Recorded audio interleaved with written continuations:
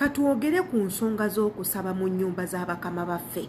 Tuyina muganda waffe agudde mu buzibu mu lutalo olw'amaanyi ennyo ne mukama we lwa nsonga za kusaba. Era ono avuddeyo na miggo bamukubye okufaako obufi.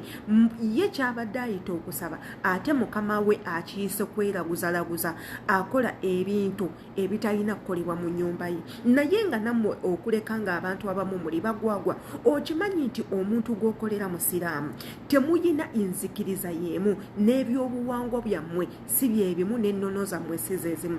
Kiki ekikuleeta mu nnyumba ya mukama wo n'otandika okuwogganira omwo n'okubira omwo ebigoma n'otandika okuyita Yesu mu nnyumba y'omuntu gw'omanyi nti nno musiraamu? Bw'otambula ennyumba bw'ogimalako bw'ogidde eno bw'ogidde eri olw'okuba osaba. Ky'ogamba gwe baakuzaala ne Yesu oyo gw'oyitira mu nnyumba ya mukama wo okuwoggana bw'otyo. Okusaba si kibi, buli muntu asaanye n'asabako, naye osabye otya? Tusiiba tubagamba abantu betukolera tebatwagala ate era nga tebatuwagalira ddala. Akantu ako kolabanga akatono ng'okalaba gwe tekayina buzibu, ku mukama we asobola ogifuula big deal ate era nekuzaalira ebizibu ebinene. Yenze Sheila Adita, subscribing ku YouTube channel yange no togenda kwejjusa mwannyinaze. Kwata ku kigambo subscribe okwate ku notification bell buli video na gyentekayo waneeno ebeere ng'ekutuukako bulungi nnyo oleme kusubwa every step gye tuteekinga mu vidiyo eno. Commentinga bw'oba omaze okulaba vidiyo eno otaase munno, osobola n'okuyita abala ne babeera nga batwegattako. Wabula ng'ate era ensonga z'okusaba ze zigenda mu maaso. Katubaterewokko ku biki ebikolebwa bakadama abamu nga muli mu nnyumba z'abakama bammwe mu nsonga ezo ze muyita okusaba. Ate era tukomewo. Abalokole bakadama abalokole temugeza kukisussa nnyo kuyisa we mwandikomye. Abalokole bakadama abalokole temugeza kukisussa nnyo kuyisa we mwandikomye.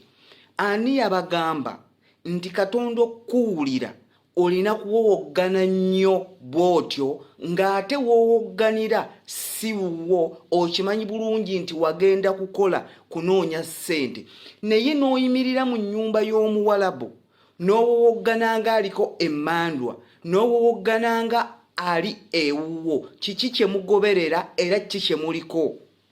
Njagala okumanya mulina bupasita obubeera online obwagaana okukola obubajjako ssente zammwe mbu kimu kya 10 bwe bukyasinze okubaleetera obuzibu. Ekyewuunyisa kummwe abaana abalokole abawogganira mu nnyumba z'abawalabu, bwe mumala okufuna obuzibu bupasita si gye muddukira. Njagala okumanya lwaki mukama wo bw'akusiŋŋaana ng'owogganira mu nnyumba kye muyita okusaba n'akuggulako olutalo, lwaki tonoonya pasita oyo akukako okusaba mu nnyumba y'omuwalabu bw'otyo?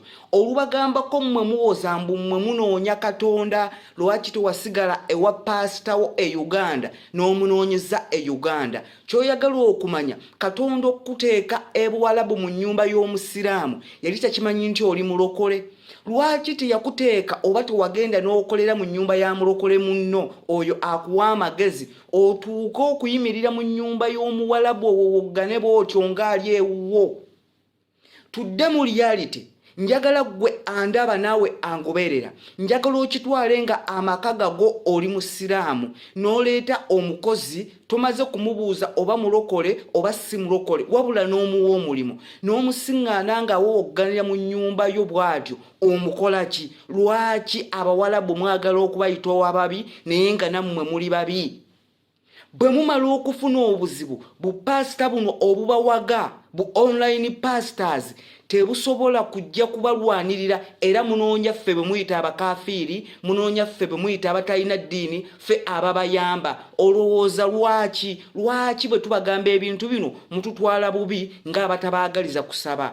Ky'oyagala okugamba abasiraamu abasaba batoogera bo Katonda tabawulira, abakatuliki abasaba batawoggana bo Katonda tabawulira, mmwe abaddugavu ani abagamba nti Katonda olina muwogganira buwogganyizi? Oli musiru. Ky'oyagala okugamba Katonda gwamusinga okuwulira. Katonda awulira n'ali mu lubuto atayogera, gwe olowooza nti onaamala kuwoggana buwogganyi Katonda akuwulire? Lwaki temumanya nnaku yammwe balokole mmwe? lwaki temumanya kikyabatwala ku kyeyo ne muddaawo mu nnyumba z'abawalabu okuwowoggana okwereetera ebizibu ate muwowoggana enkeera bampisa babe bankubye basekaze batya. Ennyumba si ya nnyoko, ennyumba si ya pasita, ennyumba si ya mugandawo, ennyumba yo si ya kitaawo, ennyumba ya muwalabu. Ekyakutwalayo wagenda nga sireevu oli munaku lwakuba mwebuza obwongo. Mulekeraawo okuwowogganira mu nnyumba z'abawalabu mwe abeeyita abalokole.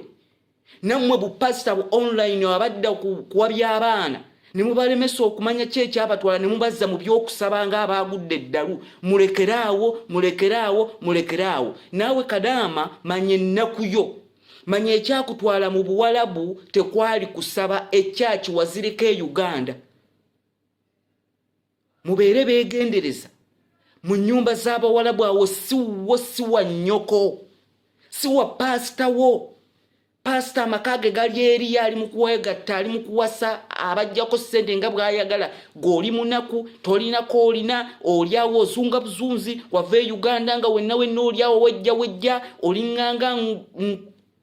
ng'olinganga ngwa ku nte, tolinako olina. Ekifo ky'okuddaawo n'omanya ennaku yo lwaki Katonda yakuteekaawo, okoze kyaki mu nnyumba y'omuwalabu. Abagambako mbe ffe tusinza Yesu omulamu, oli musiru. Kyoyagala okugamba Katonda yali takimanyi nti oli mulokole?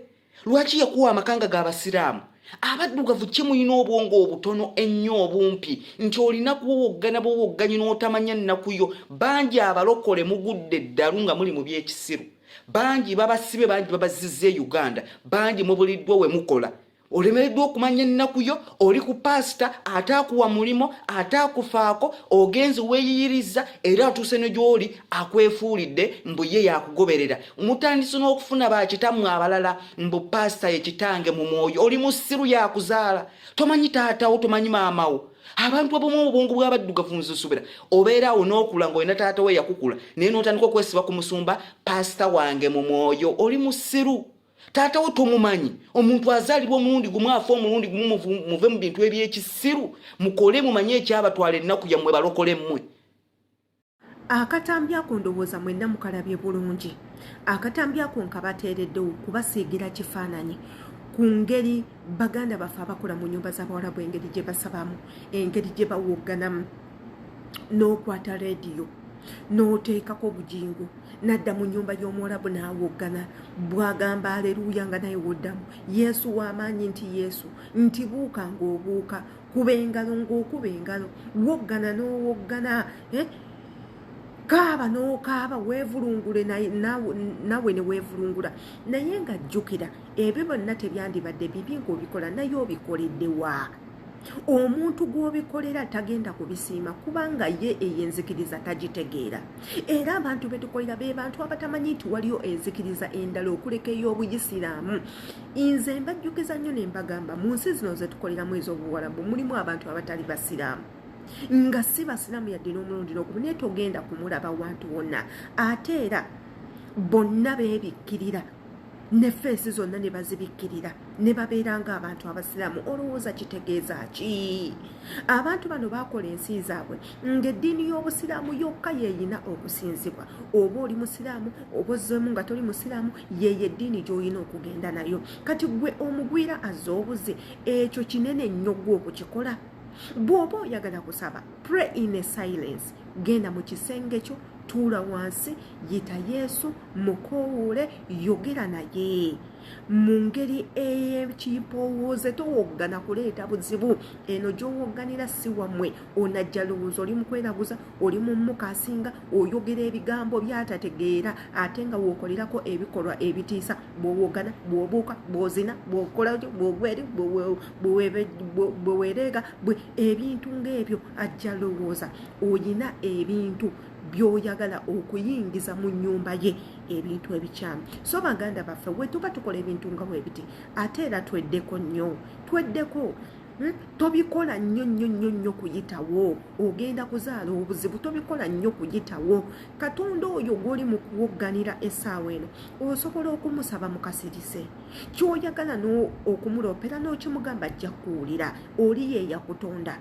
Ne bw'oba towogganye, asoma omutima gwo n'amanya ki ekirimu naki ky'olowooza mu bwongo bwo. Ne bw'oba tokubye eŋŋoma asobola okukuwulira nowooba tokubya enduulu halalalala nnyabo yesu jangu wano waliwo ekizimba kwata emmese kwata omusota kwata olweyo yera eno kola eno yesu wano kwata wano nkwata ku mutima kwata mu kiwato nkwata ebyo newootabyogera newootabiwogganirako n'omugamba mukama ondaba wabula ku nsonga bweti ne bweti nsaba onnyambe ajja kwanukula mu bwangu kubanga ye yakutonda era asiiba atugamba musabe munaaweebwanga mumpite oba munkowoole nja kubawuliranga lwaki owoggana yenze Sheila Adita subscribinga ku YouTube channel yange inkubira kugwa netaze ku Instagram wabula nga atera commenting atomanye ekisholooza impagalanyi